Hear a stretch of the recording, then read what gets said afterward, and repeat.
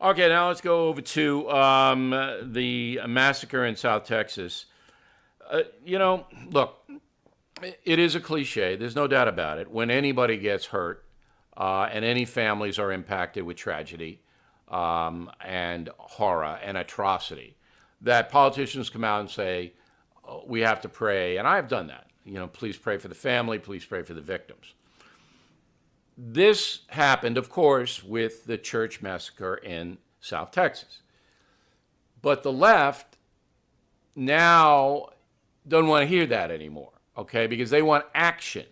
They want action about gun control. So as soon as a person like Speaker of the House, Paul Ryan, said the families need our prayers and this and that, here's what happened on television. Go. Thoughts and prayers did not stop an oversight from the justice system, which enabled a guy who attacked his stepson and assaulted his wife from getting a gun. Thoughts and prayers didn't stop a troubled person from buying assault-grade weapons that took the lives of 26 people in an instant. My friends, this must change. Thoughts and prayers are not going to stop the next mass shooting. Governor Abbott basically just said, pray harder, work with God. Is that all we can do here? All right, so the play is they want, all three of those individuals want strict gun control levied by the federal government. That's why they're saying what they're saying. Whether they have anything against prayer, I don't know, but it's a political play. You should know that this year, 2017, has been the deadliest year for mass shootings in U.S. history, so there is a problem. All right, and it is impacting all of us because the way our country is viewed sometimes is shaped by these horrible things. So I say, and I wrote this in the message of the day, I hope you read it today. Look, most Americans are reasonable people. All right, we're reasonable. Even people who are gun enthusiasts. Write something up. Write it up. All right, Chuck Schumer, Nancy Pelosi. Tell us what you want.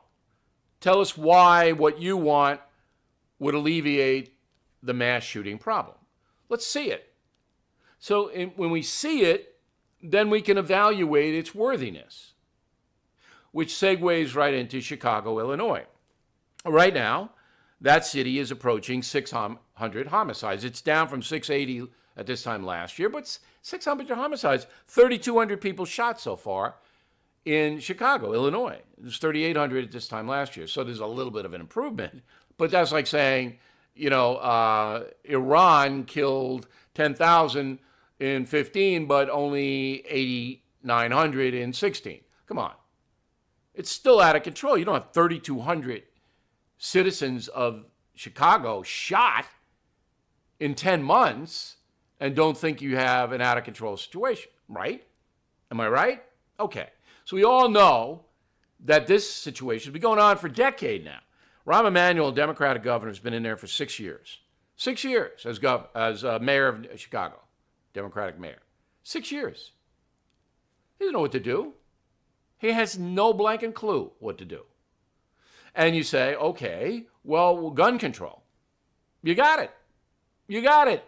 Very, very tough, stringent gun laws in the city of Chicago, in Cook County, in the state of Illinois. Extremely.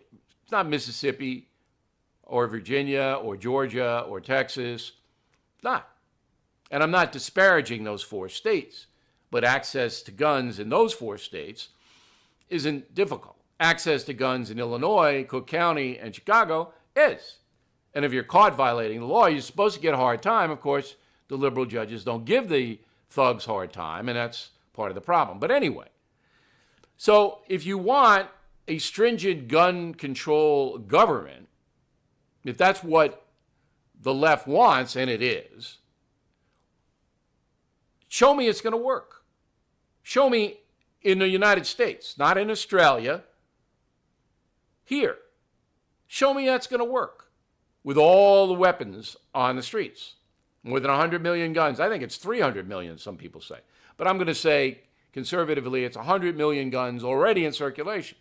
And a constitutional amendment, the Second Amendment, which says Americans have a right to protect themselves with firearms. So show me how what you want, Senator Gillibrand, my senator here in New York, show me what you want how that's going to make it better, how that's going to stop the next massacre. Let me see it. They can't, because it won't. Now, that's not to say you'd give up. As I've mentioned many, many times, and I'm sure some of you are sick of hearing it, you can't have a bazooka or a mortar, or, you can't operate a tank and have it swivel in your backyard and shoot it. That's public safety. So there are certain things that you can have and certain things that you can't have. If there are mechanisms, all right, that are especially dangerous, we'll have the debate. But don't tell me that Washington, D.C. can regulate and stop violent mass murder. It can't. So you don't infringe on the constitutional rights of 330 million Americans because you have some fantasy that banning something is going to stop this. You don't do that. You stay in the real world. So if there are selected laws that might mitigate some of this, pass them. People, maybe the real stringent gun enthusiast lobby won't cooperate on anything. Okay, but most folks will. Most folks will.